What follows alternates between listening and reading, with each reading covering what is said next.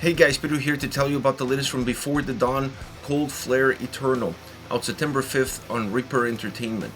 The album has 10 tracks, 40 minutes in length, and this is the band's 9th full-length studio album.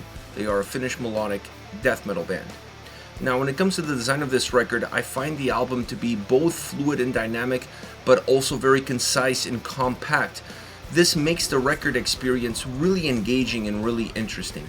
All the songs feel like they belong together, and that's why the album has that sense of being concise and compact, but at the same time there's so much movement within songs from song to song that the album doesn't allow itself to become stagnant. It doesn't feel repetitive. It always pushes the listener forward. And you have 10 songs, 40 minutes, it feels like a lot less. That's how fluid and dynamic the album is. So great overall experience, great overall album design. Now, once you get into the sound of this album, I think this is one of Before the Dawn's best sounding records to date.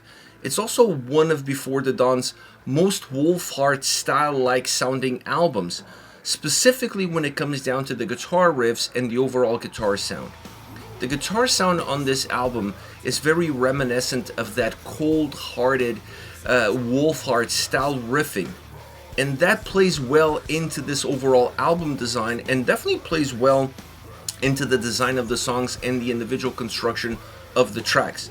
And it also helps the vocal performance.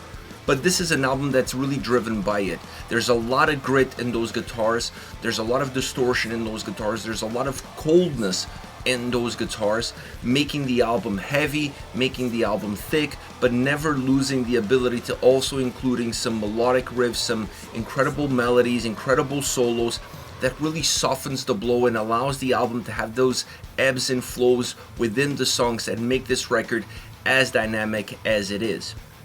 The drum sound on the album is not overpowering. I was not expecting it to be. It's not the style of Before the Dawn.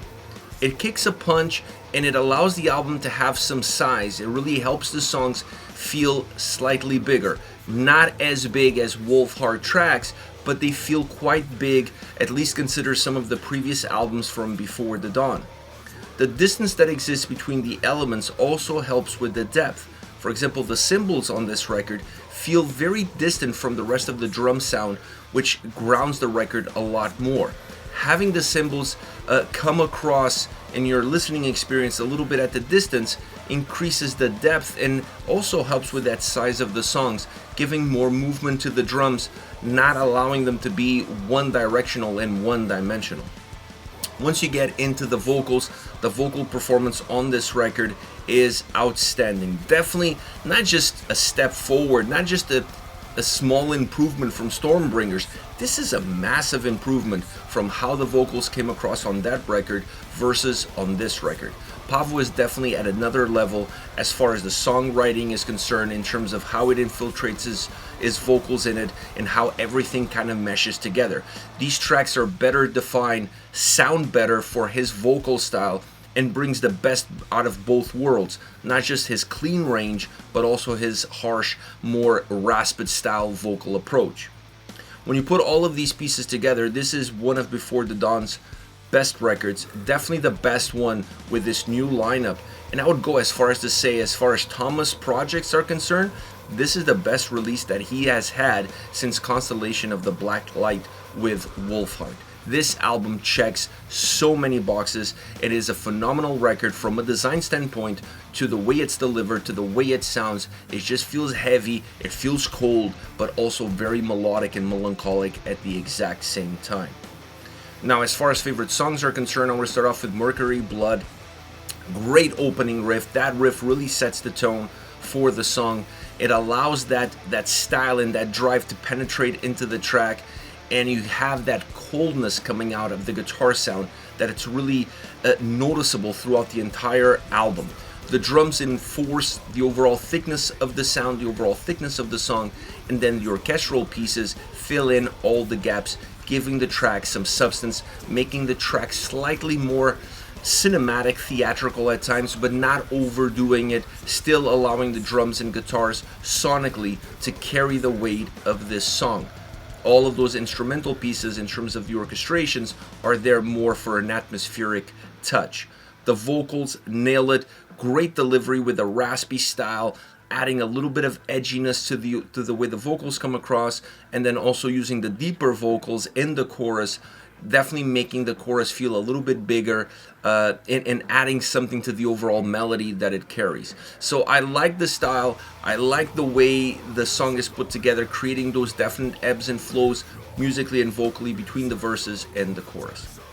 Then we have Flame Eternal. This song has my favorite solo, and I want to start off by saying that, of the entire record. It's a phenomenal solo, sells the song, it impacts the song, it puts the song on the map because of how beautiful it is, how expanded it is, how much it drags out the song, but with great melody, with great experience, with a great built-in atmosphere through the melody that it carries. And it's a track that really lives up to that moment, and then it almost dies out afterwards. It becomes the climax of the track. You don't always see that with Before the Dawn.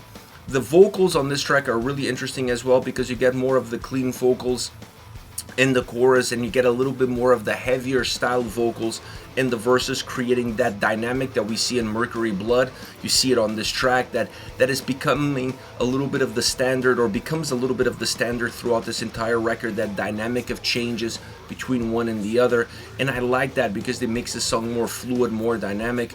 And on one hand, having those clean vocals in the chorus and the heavier vocals in the verses restricts the verses a little bit more, makes them feel a little bit more narrow, and then it opens up the chorus, making the chorus feel a lot more vibrant. I really like that aspect of it, because it's that perfect segue into that phenomenal solo, which, like I said, my favorite of the entire album. Last but definitely not least, Destination. The grit on these guitars, this song sounds a lot like a Wolfheart song. I mean, you can say that almost about every song on this record, but this one specifically, because of the way the vocals come across, the way the guitars sound with that grit, still with the melody infused into the track, keeping the harsh vocals at times underneath the clean vocals, adding so much size to the track, really playing with the both styles, with both deliveries, but not necessarily alternating or just alternating one with the other, but rather the using them together just emphasizes the size of the song. It really adds to the overall heaviness that the track has, and this is one of those tracks where you can really hear the cymbals from a drum's perspective further away from the rest of the sound, expanding or stretching out the size of the track, which is really important in order for that heaviness and that robust nature of the song to rise to the surface. This is it, Before the Dawn, Cold Flare Eternal, once again on September 5th on Reaper Entertainment. Let me know your thoughts on the band, on the singles. Hit me up in the comment section. I'll see you all at the next video. Take care, guys.